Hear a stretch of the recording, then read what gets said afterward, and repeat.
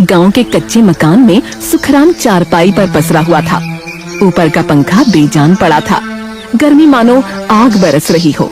सुखराम का गला सूख कर अटका जा रहा था। वहीं मीना रसोई के दरवाजे पर खड़ी थी। हाँ, क्या कर रहे तू? कुछ नहीं, चुपचाप बैठा है। पंखा टूटा पड़ा है। तेरे पास ना तो दम है, नहीं पैसा। कब तक कैसे मरेंगे? क्या करूं, गर्मी है। अरे मैं क्या ही करूं। तू कुछ नहीं कर सकता। तेरा ठेला बंद हो गया।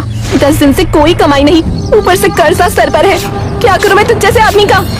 सुखराम बिना जवाब दिए बस सुनता रहा, आंखें जमीन पर, सांस भारी। फिर उठा।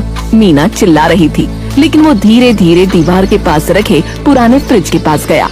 फ्रिज जंग खाया हुआ, बेकार पड़ा था। सुखराम ने उसे खोला। अंदर अंधेरा था, बत्ती नहीं थी, लेकिन फिर भी अंदर थोड़ी ठंडक थी। उसने थोड़ी जगह बनाई और उसमें बैठ गया। ठंडक भले ही थोड़ी है, लेकिन चैन है। वो फ्रिज के अंदर घुटनों को मोड़कर बैठा था। अंधेरे में उसकी आंखें बंद थीं। उसने सोचा, काश पूरा कमरा इस फ्रिज के जैसा होता।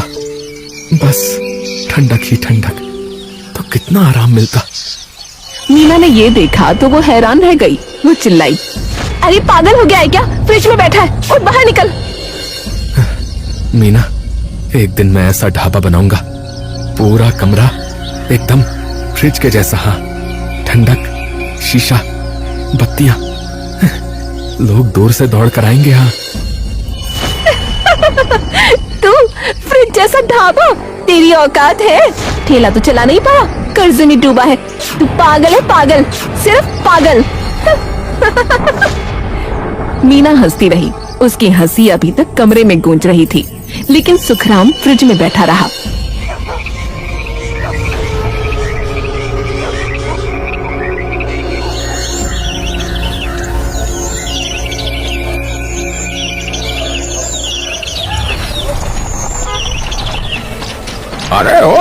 अरे कौन आया रे इतनी बड़ी गाड़ी में? अरे भैया, लगता है कोई बड़ा आदमी है। अरे देखें कौन है।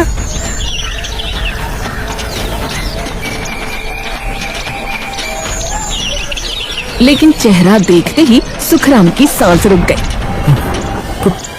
प्रकाश? अरे सुखराम, प्रकाश, बचपन वाला, पहचान ही लिया तूने है।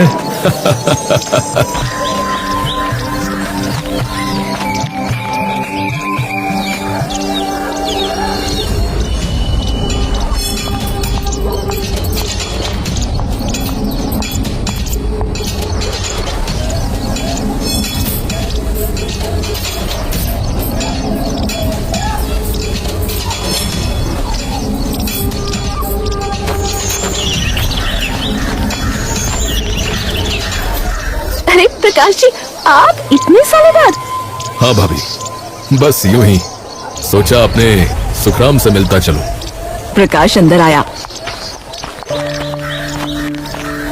उसने चारों तरफ देखा।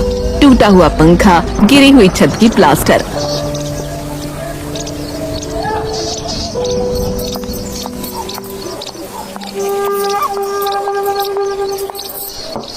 प्रकाश ने एक घूंट में पानी पी लिया, फिर सुखराम की तरफ देखा।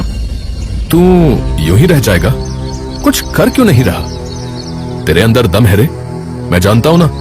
अरे क्या ही करूं प्रकाश भाई, ठेला बंद हो गया, ऊपर से कर्जा है, और मीना तो रोज ही कहती है कि...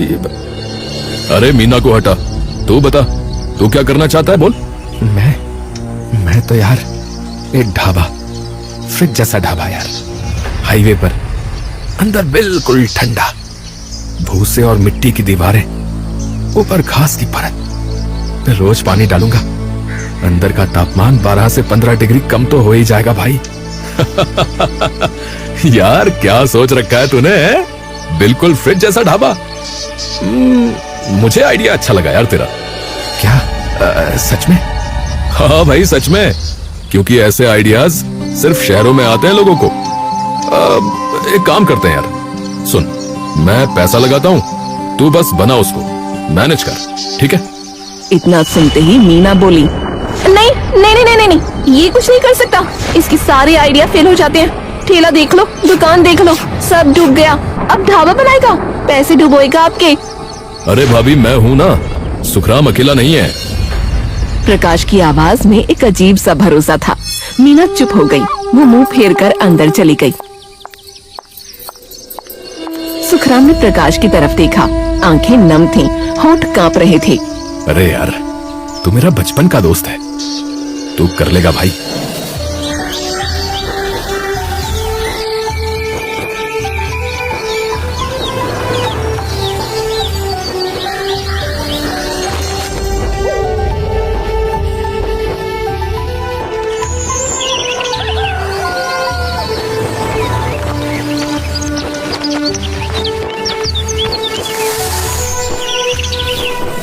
ऐसा कर, तू दरवाजा ना भारी रख, अंदर की लाइट नीली रख, और ठंडक का एहसास होना चाहिए।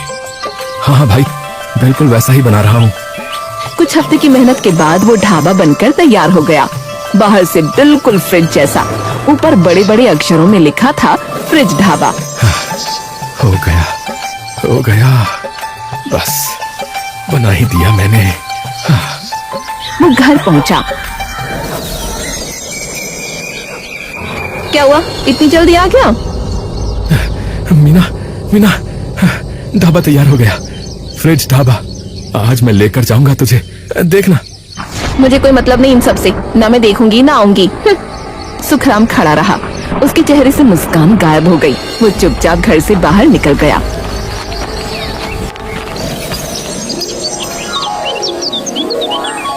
पहले हफ्ते में सिर्फ 5 लोग आए, दूसरे हफ्ते में 20। एक महीने बाद पूरे हाईवे पर बात होने लगी। ओ जी हमने सुना है फ्रिज ढाबा। ओ जी अंदर जाओ तो कंपन हो जाए जी। ओ बाहर 40 डिग्री हो चाहे 50, अंदर तो जी 20 ही है। ओ जी सच में? ओ जी मैं झूठ क्यों बोलूंगा। ओ चले, आज मैं ले चलता हूँ तुझे भाई। सुखराम ने 2 काम वाले लड़के रख लिए, गोला और रामकिशन। सुखराम अब रातें ढाबे पर बिताने लगा। मीना अकेले घर में रहती, उसे कोई फर्क नहीं पड़ता था।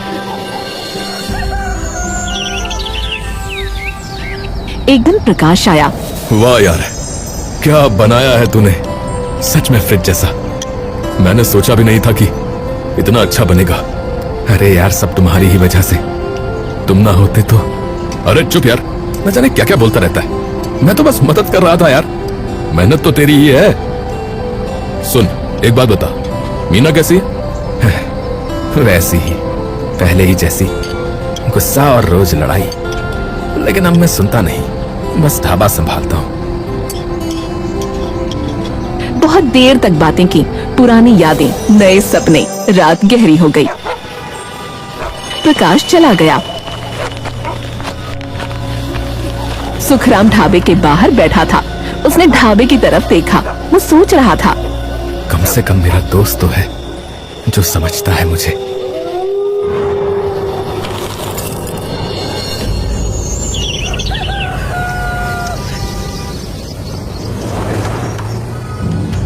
अंदर के बर्तन बिखरे पड़े थे। गोला, रामकिशन भाग दौड़ कर रहे थे। अरे अरे ये क्या हुआ है? हम कुछ नहीं जानते मालिक, हम तो रात में चले गए थे, हमारे पीछे पता नहीं कौन आया। किसी गांव वाले की हरकत लगती है। लगता है किसी को मेरी तरक्की से मिर्च लग रही है।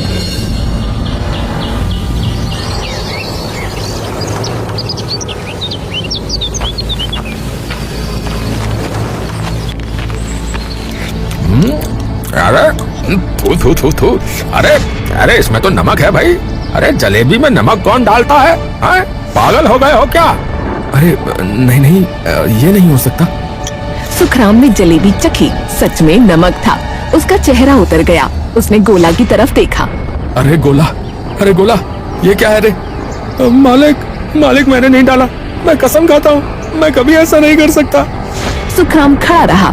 उसके दिमाग में एक ही बात घूम रही थी, कोई उसकी सफलता से जल रहा है, कोई उसे बर्बाद करना चाहता है, पर कौन? कौन है वो? कौन जल रहा है मुझसे? कौन कर रहा है ऐसा? थोड़े ही दिनों में फ्रिज ढाबे की चमक फीकी पड़ने लगी। अंदर की ठंडक कम हो गई। भूसे की दीवारें सूख गईं। छत पर पानी डालने के बाद भी नमी नहीं टिकती थी। ओ जी, पहले जैसी बात नहीं है। पहले अंदर जाते ही ठंड लगती थी, अब तो बस पंखा चल रहा है जी।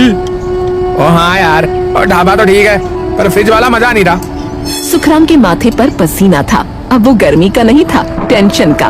उसने तुरंत गोला और रामकिशन को बुलाया।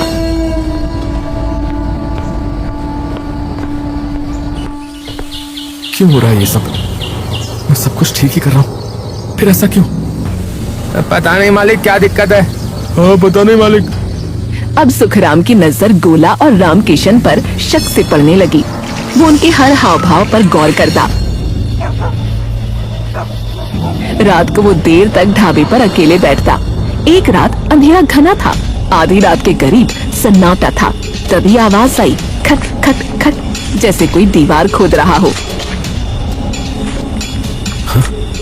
ये क्या हो रहा है? ये कैसी आवाज है? उसने मोबाइल की लाइट जलाई। बाहर आया, कोई नहीं, खाली सड़क, सन्नाटा। वो वापस अंदर गया। तभी उसकी नजर दीवार पर पड़ी। एक छोटा सा छेद, भूसा बाहर निकला हुआ था।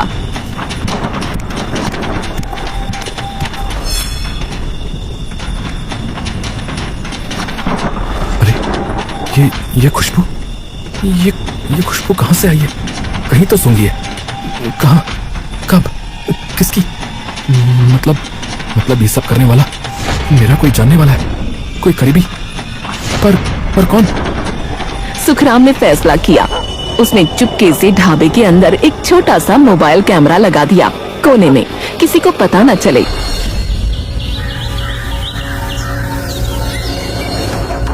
रात के ठीक 2 बजे बुरके में कोई अंदर आया। सुखराम की आंखें फटी रह गईं। मीना, ये नहीं हो सकता।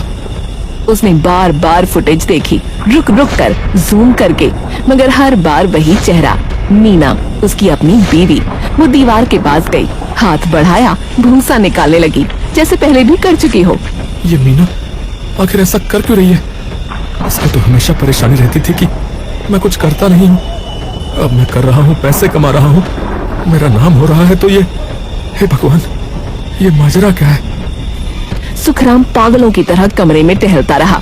रात को वो ढाबे पर ही चिपक कर बैठ गया, रुका, इंतजार किया। रात के 2 बजे बुर्गे वाली परछाई फिर से आई। सुखराम ने एकदम से लाइट जला दी। स्वागत है तुम्हारा, आओ। तू यहाँ? अरे क्यों कर रही हो तुम ये सब? क्यों कर रही हो? है? क्योंकि ये तेरा कुछ नहीं है, ये सब मेरा है। अरे पागल हो गई है तू। मेरा ढाबा है, मेरी मेहनत है, और वैसे भी जो मेरा है वो तेरा भी तो है, पागल। तेरी मेहनत, प्रकाश का पैसा, और मैं सिर्फ देखती रहूं। तू बन रहा है राजा और मैं रहूं रंग। अरे तू पागल है क्या? मैं राजा बनूंगा तो तू रानी बनेगी ना। अरे पर तूने भूसा निकाला, पूरे ढाबे की कूलिंग खराब कर दी, जलेबी में नमक डाला। हाँ, मैंने किया। रुक, बड़ी जोर से बोल रही है, मैंने किया। रुक, पुलिस बुलाता हूँ, रुक। पुलिस? क्या सबूत है तेरे पास? कैमरे में मैं हूँ तो क्या हुआ? मैं तेरी बीवी हूँ, ढाबे पर आना जाना मेरा हक है। भूसा निकाला तो क्या? मैं तो देख रही थी कि कीड़े तो नहीं है। अरे पागल औरत, तू चाहती क्या है? तुझ जैसे पागल से छुटकारा। सुखराम सन्न रह गया, उसके पास कोई शब्द नहीं था। मीना की आंखों में न तो डर था न पछतावा। सुखराम ने गुस्से में कहा, अरे बाहर निकल।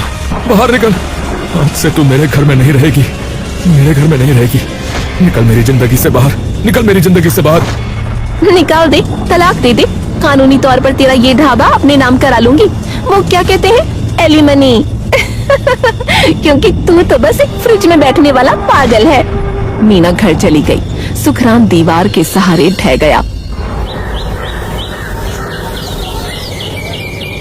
अगले दिन उसने मीना को घर से निकाल दिया। अरे भैया सही किया है, बीवी होकर अपने आदमी का नुकसान कर रही है, बताओ है? पहली बार देखी हमने तो अपने गांव में ऐसी औरत को तो निकालना ही चाहिए भैया। अरे नहीं भाई, गलत किया है। अरे बीवी है उसकी, ऐसे कैसे निकाल रहा है? समझा बुझा कर रखनी चाहिए थी। घर के अंदर थोड़ा मार पीट लेता है, निकालना तो आखिरी हद होती है भाई। मीना मायके चली गई। उसके जाने के बाद ढाबा फिर से चलने लगा। सुखराम ने सब कुछ ठीक कर दिया। 3-4 दिन में सब सामान्य हो गया।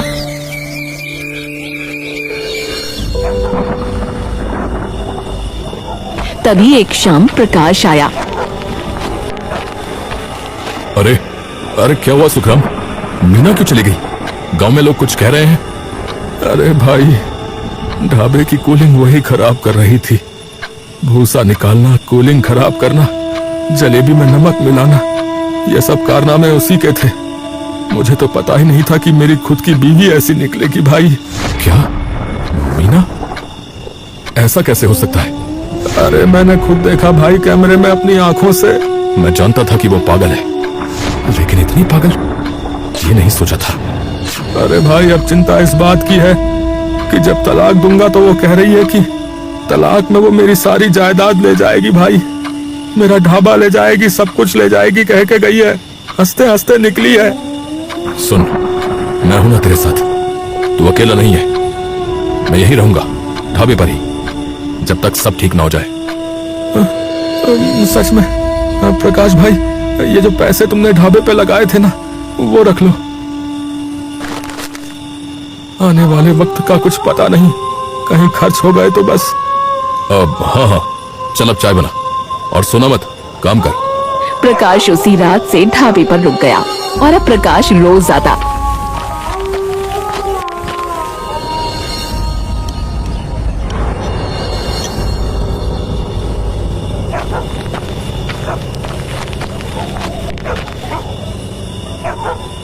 कभी मदद के बहाने, कभी रात को भी रुक जाता। सुखराम ने देखा ढाबा पहले से ज्यादा चल रहा था, पर उसके दिमाग में एक ही बात घूम रही थी, एलिमनी, तलाक, उसका ढाबा, उसकी मेहनत। सुखराम, अरे तू सो जा भाई, मैं संभाल लूंगा। आज रात मैं यहीं हूँ। अरे नहीं यार, मैं थोड़ी देर और काम करूंगा, कल बहुत काम है। सुखराम ने अपनी जेब टटोली, फोन नहीं था, घर पर भूल आया था। वो उठा। अरे मैं अभी आया भाई, अपना फोन तो मैं घर पर ही भूल गया। हाँ हाँ जा, मैं हूँ यहाँ पर। सुखराम घर गया, फोन उठाया।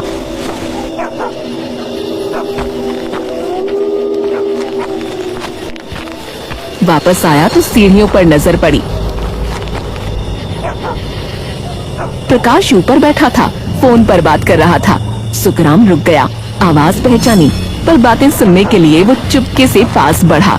दिल धड़क रहा था, हाथ पसीने से तर। वो दीवार के पीछे खड़ा हो गया।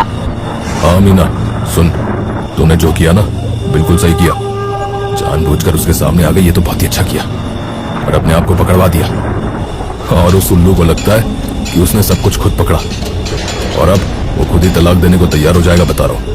तो बस अब फटाफट तलाक के पेपर तैयार करवा, एलिमनी में हम ये ढाबा ले लेंगे। मेरा बिजनेस तो पूरा ढह चुका है, तुझे पता है, पर तेरा पति वो आगे निकलता जा रहा है। और वैसे भी जब से तेरी शादी इस गवार से हुई है, मैं चैन से नहीं बैठ पाया हूँ। अब सही वक्त है, मैं आज इसीलिए आया हूँ कि तेरा ये अनपढ़ पति सही रास्ते पर ना जा सके। अगर इसने किसी सही वकील से बात कर ली तो तुझे कुछ नहीं मिलेगा, बता रहा हूँ। मैं ऐसी वैसी बातों में उलझाए रखता हूँ उसको। तू जल्दी कर, समझी? सुखराम की सांसें रुक गईं, उसके हाथ कांप रहे थे, पैरों के नीचे जमीन खिसक गई। उसने झटके से फोन निकाला, रिकॉर्डिंग ऑन कर दी, पूरी बात रिकॉर्ड कर ली। फिर गहरी सांस ली और आगे बढ़ा। अरे प्रकाश भाई, चलो थोड़ी चाय पी लेते हैं। हाँ हाँ हाँ हाँ, चलो चलो। भाई बहुत थक गया आज मैं। अरे यार भाई, आज रात ना फ्रिज में बैठकर पीते हैं, क्या कहता है? अंदर बहुत ठंडक है, तुझे अच्छा लगेगा। मैं तो हमेशा करता हूँ भाई। अच्छा तेरा फ्रिज ढाबा, तू जैसा कहे, हालांकि ये पागलपन है। अरे भाई, मैं पागल ही तो हूँ। सुखराम ने दरवाजा बंद किया, फिर एक झटके में बाहर से फ्रिज लॉक कर दिया। अरे अरे अरे अरे भाई, क्या कर रहा है? अरे अरे पागल हो गया क्या भाई? अरे अरे मुझे बाहर निकाल। अरे अरे भाई, अरे कोई है? हाँ प्रकाश, मैं पागल हूँ, वही पागल जो फ्रिज में बैठता था, वही पागल जिसकी बीवी उसे छोड़ना चाहती थी, वही पागल जिसका दोस्त उसका बिजनेस चुरा रहा था, और मेरे साथ इतना बड़ा विश्वासघात दोस्ती के नाम पर। कलंक है तू, कलंक। अरे अरे तूने सुन लिया क्या? अरे भाई, सिर्फ सुना नहीं, रिकॉर्ड भी कर लिया है। अब तू यहीं रहेगा, सुबह पुलिस आएगी फिर ही तू निकलेगा बाहर। अरे अरे सुखराम भाई, अरे सुन, अरे यार मैं तेरा दोस्त हूँ, अरे गलती हो गई भाई, मुझे माफ कर दे। दोस्त? अरे वो कैसा दोस्त है? कहाँ का दोस्त जो मेरी बीवी के साथ मिलकर मुझे बर्बाद कर रहा था? वो दोस्त जो मेरा ढाबा हड़पना चाहता था। अब तुझको मैं माफ कर दूं? नहीं प्रकाश, अब नहीं। प्रकाश चीखता रहा, दरवाजा खटखटाता रहा, पर कोई नहीं आया। सुखराम बाहर बैठा रहा, चाय पी, फ्रिज में बैठे दोस्त की आवाजें सुनता रहा। सुबह हुई, पुलिस आई। सुखराम ने रिकॉर्डिंग सुना दी। तुमने सही किया, ऐसे लोगों को सबक सिखाना जरूरी है। मैंने कभी नहीं सोचा था कि मेरा अपना दोस्त और मेरी अपनी बीवी, पर अब सब ठीक है। प्रकाश और मीना दोनों गिरफ्तार हो गए।